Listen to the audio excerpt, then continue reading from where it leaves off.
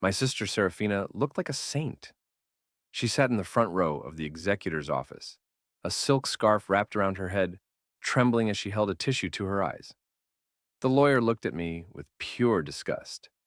He slid the papers across the mahogany table. Your father wanted to ensure Seraphina's medical bills were covered, he said. You get nothing, Cale. It's what he wanted. I looked at my sister. She gave me a tiny, sad smile. To everyone else, it was the brave smile of a dying woman. But I knew her. I saw the glint in her eyes. That wasn't sadness. It was victory. Seraphina didn't have stage 4 lymphoma. She didn't have a tumor. She had a massive gambling debt and a shopping addiction. She shaved her head and starved herself for 3 months just to guilt our dying father into rewriting his will. She stole $4 million. She left me with zero. I was evicted 2 weeks later while she bought a villa in the south of France. She thought she had won the lottery. She thought I was too broken to fight back. She was wrong. I didn't just want the money back. I wanted to expose her soul. It took me 3 years of playing dumb. But by the time I was finished, she wasn't just broke. She was wishing the cancer had been real. To understand why I did what I did, you have to understand the family dynamic. It wasn't always a war zone. For a long time, it just felt like a bad reality TV show, where I was the cameraman and Seraphina was the star. Our father was a self-made man. He built a logistics empire from a single rusty van. He was tough, old school, and incredibly stubborn. He believed in hard work above everything else. Well, almost everything. The only blind spot he ever had was Seraphina. She was 5 years younger than me. From the moment she was born, she was the princess. I was the heir apparent, the one expected to carry the load. I didn't mind the work. I respected the grind. By the time I was 25, I was essentially running the day-to-day operations of Dad's company. I was the first one in the office at 6 a.m. and the last one out at 8 p.m. I knew the drivers by name, I knew the margins, I knew how to keep the ship afloat. Seraphina knew how to spend money. That was her only real talent. She floated through life on a cloud of our father's cash. She tried college for a semester, dropped out because the vibes were off, and decided to become a lifestyle consultant. I still don't know what that means, but it involved a lot of trips to Dubai and Tulum.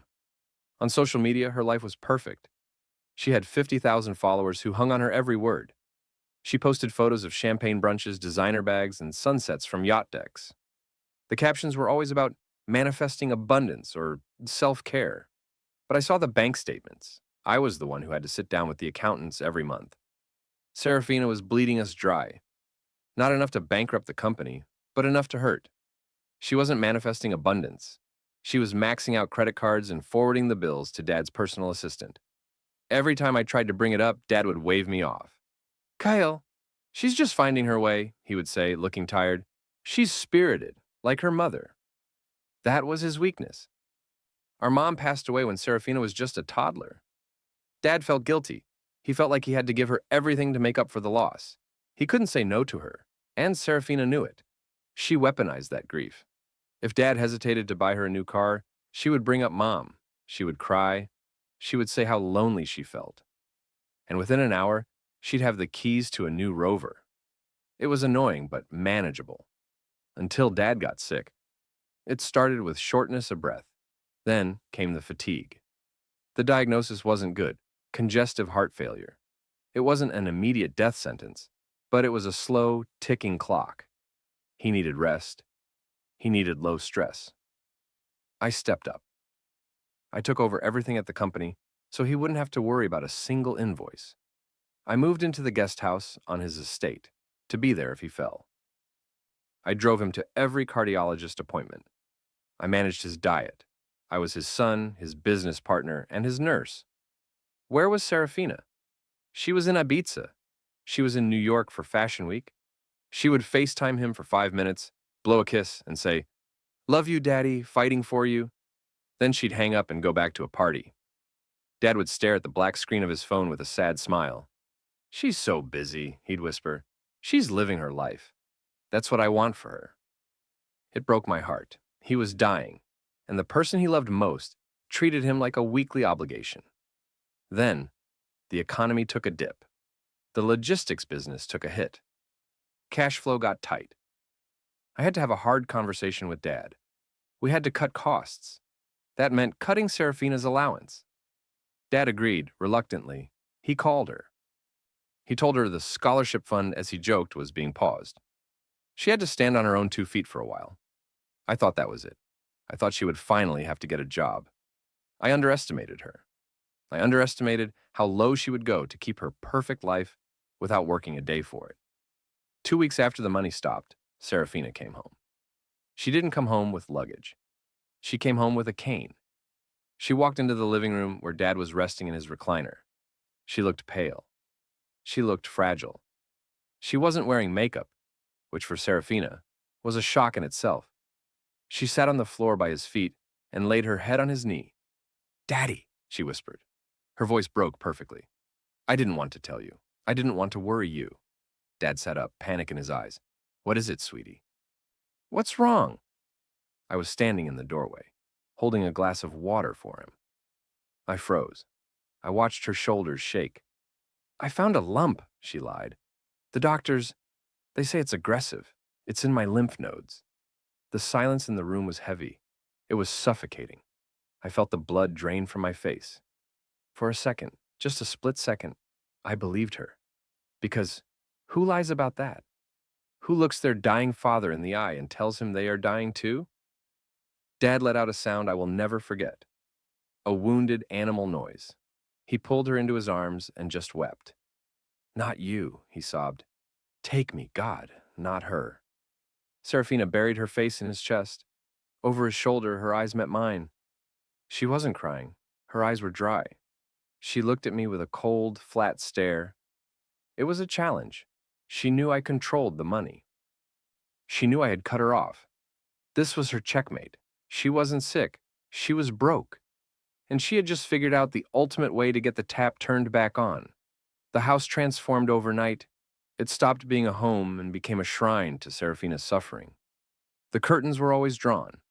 The staff was told to walk on tiptoes. Dad ordered an expensive hospital bed to be set up in the downstairs suite so she wouldn't have to climb stairs. He stopped going to the office entirely. He stopped caring about the falling margins or the client complaints. If I tried to talk business, he would look at me like I was speaking a foreign language.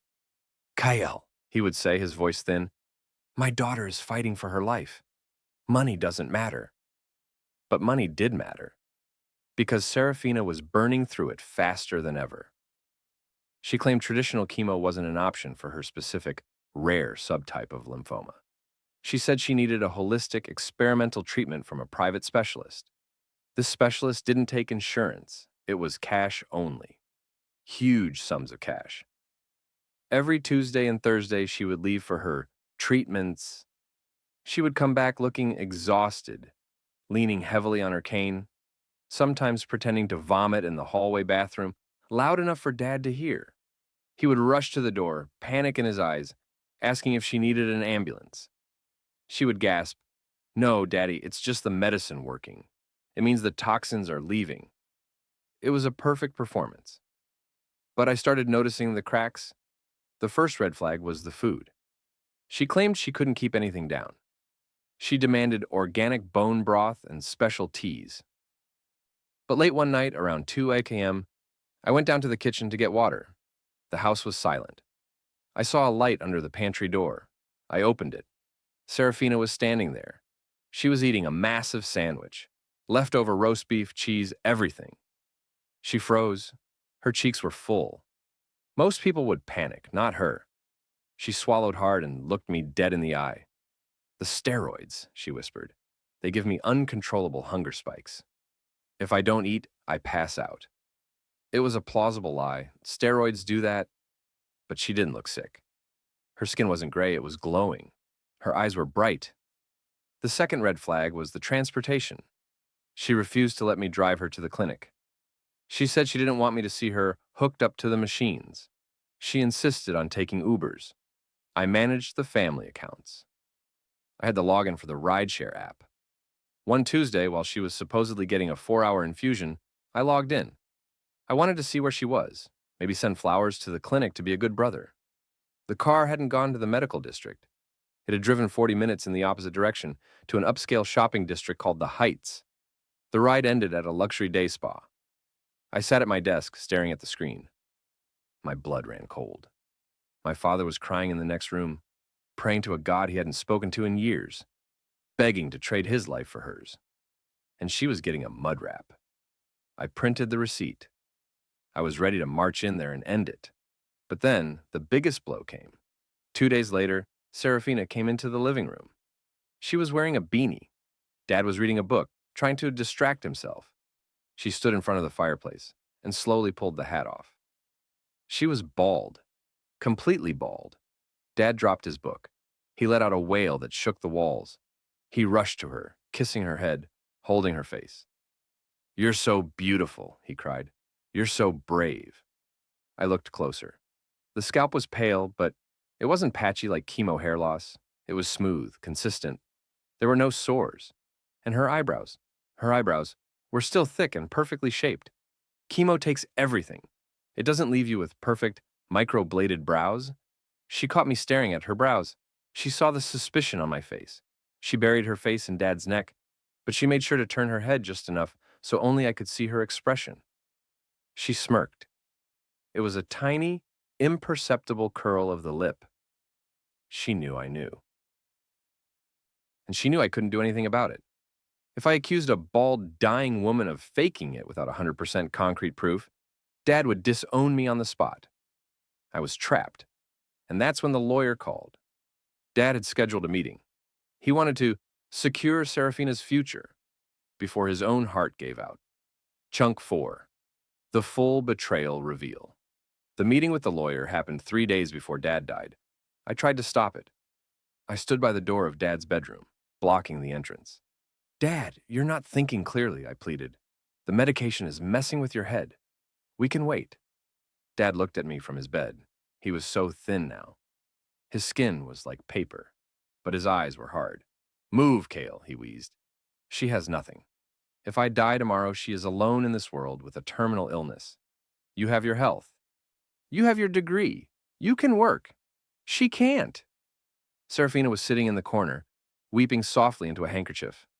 It was the perfect background noise to guilt him. "I have to do this," Dad said. "Promise me, Cale. Promise me you won't fight it. Promise me you'll let her have what she needs to survive." What could I say? He was dying. I couldn't scream at him. I couldn't tell him his daughter was a con artist. It would have killed him right there. So I nodded. I swallowed the bile in my throat and I nodded. "I promise," I whispered. He signed the papers.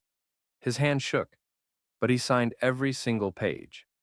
With every stroke of the pen, I watched my life's work evaporate. The company, the house, the savings, everything was being transferred into a medical trust and a living stipend solely for Seraphina. 3 days later, his heart stopped. I was the one holding his hand when he took his last breath. Seraphina wasn't there. She had gone to her room to rest because the stress was flaring up her condition. When I went to tell her he was gone, she didn't scream. She didn't run to him. She just closed her eyes, took a deep breath, and said, "Finally, he's at peace." The funeral was a blur. Seraphina was the star of the show. She arrived in a wheelchair, pushed by a hired nurse. She wore a black silk scarf around her head. People lined up to hug her, whispering about how tragic it was. An orphan fighting cancer. They looked at me with cold eyes. To them, I was the stoic, unfeeling brother who was just standing around while his sister suffered. Then came the will reading. We were in that mahogany office. The lawyer, Mr. Henderson, didn't even offer me coffee. He opened the file and didn't waste time. The entirety of the estate, Henderson read, including the logistics firm, the primary residence, and all liquid assets, is left to Seraphina. Kyle, your father left you his vintage watch collection and a sum of $5,000 to assist with moving costs. $5,000. I had generated millions for that company. I had kept the business alive while Dad was sick. Moving costs? I asked, my voice flat. Yes, Henderson said, looking over his glasses. The house is now Seraphina's property. Given her delicate condition, she requires a stress-free environment. She has requested that you vacate the premises within 14 days. I looked at Seraphina.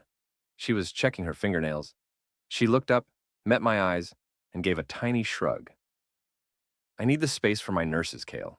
You understand. I was being kicked out of my childhood home by my sister who had never paid a bill in her life. I moved out. I had no choice. I rented a small, dingy apartment on the other side of town. I was angry, but I was also confused. If she was really sick, why kick me out? I was the only one who knew how to run the house. I needed proof. I needed to know the truth. A week after I moved out, I decided to follow her. I knew her schedule. Tuesday was treatment day. I parked my rusted sedan down the street from the house. At 10-ish a.m., a black SUV pulled up. Seraphina walked out. She wasn't using her cane. She wasn't in a wheelchair. She was walking briskly, wearing high heels. She got in the car. I followed. I expected her to go to the hospital, or maybe that luxury spa again. But she didn't. The car drove for an hour, heading out of the city towards the coast. It pulled into the driveway of a massive gated estate that was up for sale. A real estate agent was waiting for her. I parked a block away and crept through the hedges of the neighboring property. I had a camera with a zoom lens, a leftover from my college photography days. I watched through the lens. Seraphina was standing on the balcony of this $5 million mansion. She was laughing. She was holding a glass of champagne. The real estate agent was pointing at the view. Then, the moment happened. The moment that sealed her fate. The wind picked up on the balcony. It was a strong coastal breeze. Seraphina reached up and adjusted her scarf. Then she laughed, said something to the agent, and pulled the scarf off completely. Underneath, she wasn't bald. She had short, pixie-cut hair. It was dyed platinum blonde. It wasn't the hair of a chemo patient growing back. It was styled. It was thick. She had shaved her head for the act, and now she was letting it grow out because she had won. She had the money. She didn't need the sympathy anymore. She took a sip of champagne, threw her head back, and spun around in a circle, arms wide, soaking up the sun. She looked vibrant. She looked powerful. She looked like she had just gotten away with the perfect murder. I snapped photo after photo. Click, click, click. My hands were shaking so hard, I almost dropped the camera. The rage that filled me wasn't hot. It wasn't fiery. It was ice cold. It started in my stomach and froze my veins. She had looked our dying father in the face and lied to steal his legacy. She had played on his deepest fears. She had made him die thinking his little girl was doomed. I lowered the camera. I had the proof, but showing it to the world wouldn't be enough. If I exposed her now, she'd just claim it was a miracle remission and keep the money. She was the legal owner. The will was ironclad. No, I couldn't just expose her. I had to destroy her. I had to make sure that when she fell so hard she would never get up again. I drove back to my tiny apartment, sat in the dark, and started writing a plan on the wall. I spent the next 3 months living in a studio apartment that smelled like mildew and despair. I was eating instant noodles 3 times a day. My bank account was hovering around zero. Every time I turned on my phone, I saw her. Seraphina was everywhere. She was on the cover of local magazines, The Miracle Survivor. She was hosting charity galas, wearing dresses that cost more than my car. She had sold our childhood home, the one Dad built with his bare hands, to a developer who tore it down in a week. I drove past the lot one night. It was just a pile of dirt. That was the moment I stopped being sad. That was the moment the last piece of Kale, the good brother, died. I didn't just want my inheritance back. I wanted to take her apart, piece by piece. But I knew the law. I had spent weeks in the public library reading about trusts and estates. The medical trust Dad set up was ironclad. Even if I proved she was healthy now, she could claim spontaneous remission. It happens. It's rare, but it's a legal defense. She could say the doctors misdiagnosed her. She could blame the stress. The courts would drag it out for years. She had the money to hire the best defense team in the state. I had enough money for a bus ticket. A lawsuit was a losing game. I needed something else. I needed her to destroy herself. I started watching the one thing she couldn't fake: the business. Dad's logistics company, the Vanguard Transport, was the crown jewel of the estate. It was worth millions, but it required constant expert management. It had thin margins and complex contracts.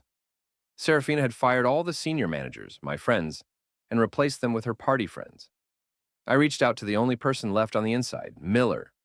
Miller was the fleet manager. He was 60 years old, grumpy, and loyal to the bone. He had been with Dad since the single van days. We met at a diner at 2 a.m. Miller looked like he hadn't slept in a week. "It's a bloodbath, Cale," he told me, stirring his black coffee. "She's selling off the new trucks and leasing old, broken-down ones to pocket the difference. She's cutting the maintenance budget. She stopped paying the insurance premiums on the cargo." My eyes widened. "She stopped paying the cargo insurance?" "Yep," Miller grunted. "She thinks it's a waste of money. She says nothing ever goes wrong." That was the crack in her armor: greed. She was stripping the company for parts to fund her lifestyle. But Miller told me something else. Something even more important. "She's looking to sell," Miller whispered. "She wants out. She doesn't want to run a trucking company. She wants a lump sum cash payout, so she can move to that villa in France permanently. She's shopping the company around to investors." A light bulb went off in my head. A plan formed. It was dangerous. It was borderline illegal. But it was perfect. Seraphina was desperate for a buyer. She wanted a quick sale, no questions asked. She wanted to dump the company before the lack of insurance and the maintenance issues caused a disaster. I wasn't going to stop her. I was going to help her. I spent the last of my savings, every single dime, to create a ghost.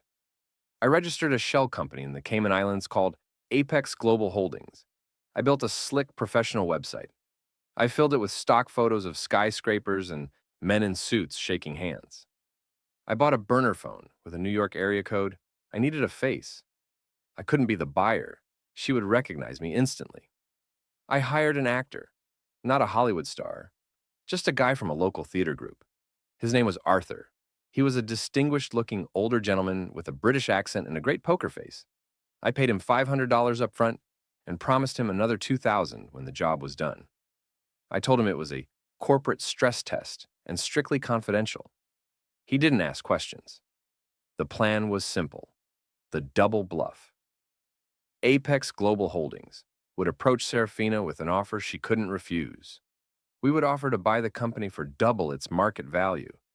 We would promise her the golden ticket, $20 million cash. But there would be a catch, a condition. I spent weeks drafting the fake contracts. I turned my tiny apartment into a war room. I had blueprints of the company offices, financial spreadsheets, and timelines taped to the walls. I tracked her movements. I knew when she went to the office, rarely, and when she checked her email, constantly. I knew Seraphina. I knew that when she saw a big number, her brain shut off. She wouldn't read the fine print. She wouldn't do due diligence. She would just see the zeros. The trap relied on one specific thing: her arrogance. She believed she was smarter than everyone. She believed the world owed her this money. I typed up the initial email from Apex Global Holdings. I read it over 100 times. It had to sound corporate, bored, and incredibly wealthy. "Dear Ms. Seraphina, Apex Global is looking to expand into the regional logistics market. We have been watching your company. We are prepared to make an aggressive all-cash offer to acquire full ownership, provided we can close the deal within 30 days. I hovered my finger over the enter key. This was it. Once I sent this, there was no going back. If she figured it out, she could sue me for fraud. If she caught me, I would go to jail. But then I remembered Dad. I remembered him crying in her arms. I remembered her smirking at me while he died. I remembered the champagne on the balcony, I pressed send. The hook was in the water. Now, I just had to wait for the shark to bite. Seraphina replied to the Apex Global email in 4 minutes flat. I timed it. Her desperation was practically dripping off the screen. She didn't ask who we were. She didn't ask for references. She just typed, I am the sole owner. I am very interested. When can we meet? I sent Arthur to the meeting. I rented the penthouse suite of the city's most expensive hotel for 3 hours to serve as his temporary office. I dressed him in a $3,000 suit I bought on a credit card I couldn't afford to pay off yet. I sat in a van in the parking garage, listening through a small microphone taped to the underside of the table. Seraphina walked in. She was wearing her sick costume again, the headscarf, the cane, the pale makeup. She was trying to play the sympathy card to drive up the price. Arthur was magnificent. He barely looked at her. He spent the first 5 minutes staring out the window, talking on his phone to a fake partner in Tokyo. He hung up, turned to her, and said, I don't have much time, Mrs. Seraphina. Let's talk numbers. He offered her $22 million. I heard Seraphina gasp. It was a sharp, greedy intake of air. That was $5 million more than the company was worth, even in its prime. 22? She stammered. I think that's fair. Excellent, Arthur said, smoothing his tie. My team has reviewed your books. We know about the irregularities. We know the maintenance is behind. We know the insurance has lapsed. Seraphina went silent. The air in the room got thin. However, Arthur continued, Apex specializes in distressed assets. We don't mind the mess. We will buy the company as is, liabilities included. But we need a guarantee. What kind of guarantee? She asked. A good faith deposit, Arthur said. We need to know you won't shop this offer to other buyers while we prepare the paperwork. We require a deposit of $300,000 to be held in escrow. It is fully refundable upon closing the deal on Friday. $300,000. It was a specific number. I knew, based on the trust documents I had read, that any withdrawal from her medical trust over that amount required a board meeting. Anything under that amount just required a doctor's invoice. Seraphina hesitated. My cash is tied up. That's unfortunate, Arthur said, standing up. We can't do business without skin in the game. Good day, madam. Wait, she screamed. I heard the chair scrape as she stood up too fast, forgetting her fake limp. Wait, I can get it. Give me 24 hours. Arthur paused. 24 hours, not a minute more. She ran out of that hotel room. I watched her on the security cameras I had tapped into. She wasn't limping. She was sprinting to her car. Now came the crime. This was the trap. I wasn't just trying to steal her money. I was trying to get her to commit a felony. To get 300 grand out of the medical trust, she needed a medical reason. She couldn't say it was for a business deposit. That was embezzlement. I monitored her laptop traffic. That night, she spent hours on Photoshop. She forged an invoice from a private oncology clinic in Switzerland. She listed the procedure as emergency T-cell therapy. Cost $300,000. She emailed the fake invoice to the trust administrator. She marked it urgent, life or death. The trust released the funds the next morning. At 11 a.m., the notification popped up on my burner phone. Wire received $300,000. I sat in my dark apartment and stared at the screen. I had her. She had just committed wire fraud and embezzlement. I had the money. I could have walked away right then, but I wasn't done. I texted Arthur, Phase 2. Execute. Arthur called Seraphina. She answered on the first ring. Did you get it? Is the deal on? She asked, her voice trembling with excitement. We received the funds, Arthur said calmly. We are preparing the final contract for signature at 5 p.m. today. Perfect, she squealed. I'll be there. She hung up. She thought she had won. She thought she was hours away from $22 million. She poured herself a drink.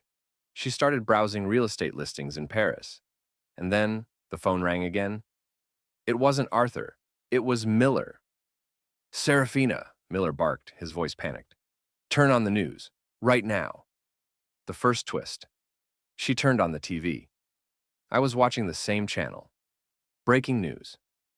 A helicopter shot showed the main yard of Vanguard Transport.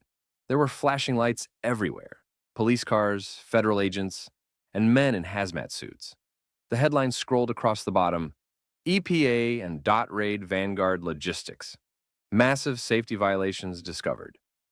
I had sent an anonymous tip to the Department of Transportation 3 days ago, detailing the lack of insurance and the bypassed emissions filters on the trucks. I timed it perfectly. Seraphina watched in horror as her company was swarmed. She grabbed her phone and dialed Arthur. "Arthur!" she screamed. "It's a mistake! They're just... It's just a routine check." Arthur's voice was ice cold. "We are watching the news, Ms. Seraphina. You failed to disclose a federal investigation. That is a material breach of our preliminary agreement." "No! No!" "I didn't know," she cried. "Just sign the deal. I'll lower the price. Take it for $10 million. "We don't buy crime scenes," Arthur said. "Huck, the deal is void." "Then give me my deposit back," she shrieked. "Send me back my $300,000. "I'm afraid I can't do that," Arthur said. "Read Clause 4, Section B of the escrow agreement you signed yesterday. In the event of undisclosed criminal investigations or gross negligence, the good faith deposit is forfeited as a kill fee." "Good luck with the feds, Seraphina." He hung up. She stared at the phone. She had just lost her treatment money. She had committed fraud to get it. And now, the feds were knocking at the door of the company she still owned. But she didn't know the worst part yet. She didn't know who Apex Global really was. The walls were closing in on Seraphina. Her phone was blowing up with calls from the Department of Transportation, her creditors, and the press. She did what she always did when things got hard. She ran to the lawyer, Mr. Henderson, to demand he fix it. She burst into his office without knocking. She looked like a wreck. Her wig was crooked, her mascara was running, and she was hyperventilating. "Fix this!" she screamed, slamming her hands on his desk. "The sale fell through. The feds are at the depot.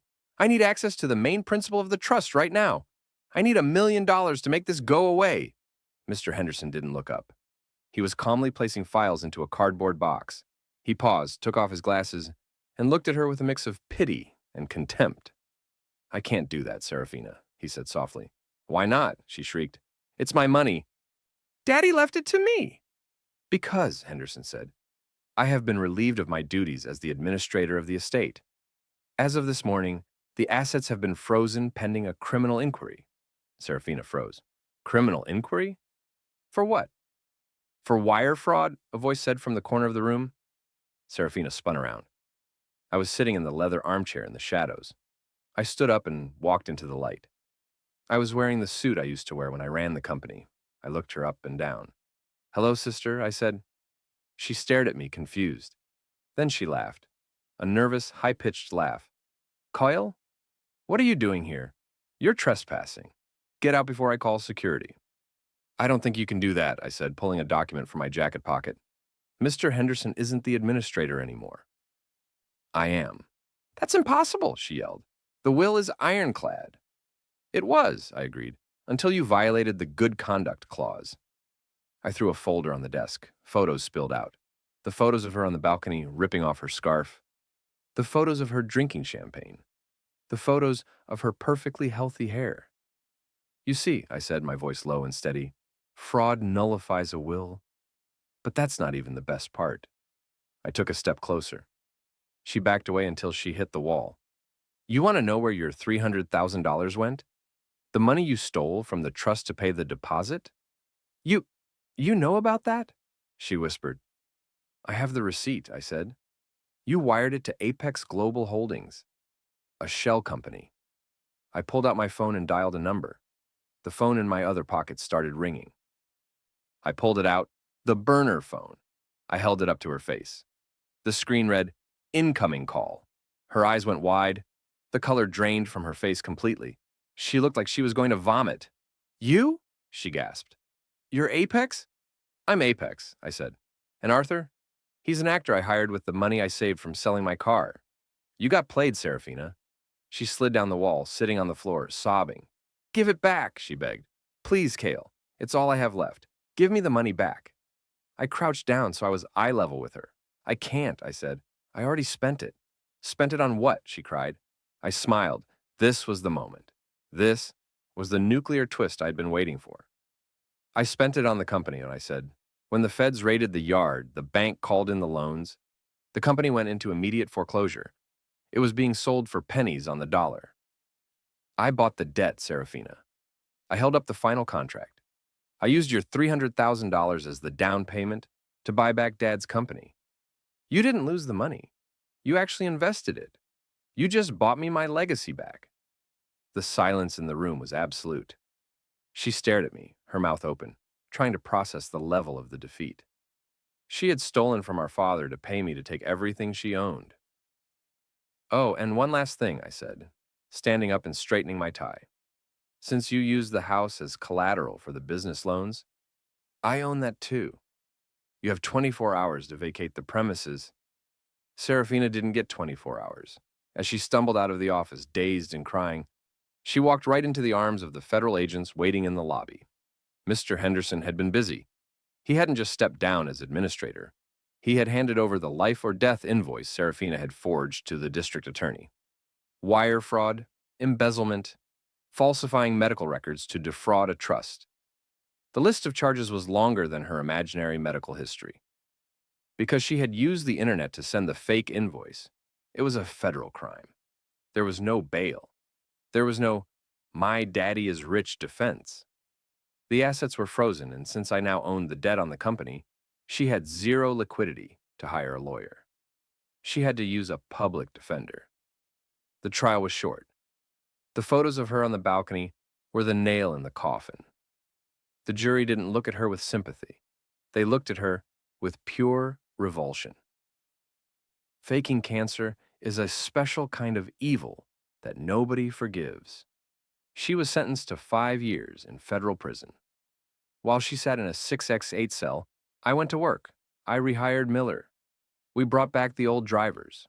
I used the profits from the company to pay off the creditors. It took 2 years of 18-hour days, but Vanguard Transport is back on top. It's profitable, it's safe, and it's honest. I moved back into the main house. I burned the black curtains. I donated the hospital bed to a real hospice center. I put Dad's recliner back exactly where it belonged. Seraphina was released on parole 3 months ago. She has a felony record now, so she can't work in finance or real estate or anything that involves handling money. Her social media accounts were deleted. Her friends pretend she never existed. I saw her last week. I was stopped at a red light in my truck. She was standing on the corner wearing a faded waitress uniform, waiting for the bus in the rain. She looked old, she looked tired, and for the first time in her life, she didn't look like she was acting. She saw me. She saw the company logo on the side of the truck. She didn't wave. She just looked down at her shoes. I didn't honk. I didn't gloat. I just drove on. My father wanted to leave her a legacy of comfort. Instead, she chose a legacy of greed. She wanted the easy way out, and she found out the hard way that the only thing you get for free in this life is consequences. She spent years pretending to be sick to steal a fortune. Now she's sick with regret, and she's never been poorer. Don't forget to like and subscribe if you believe karma always collects its debt. See you in the next one.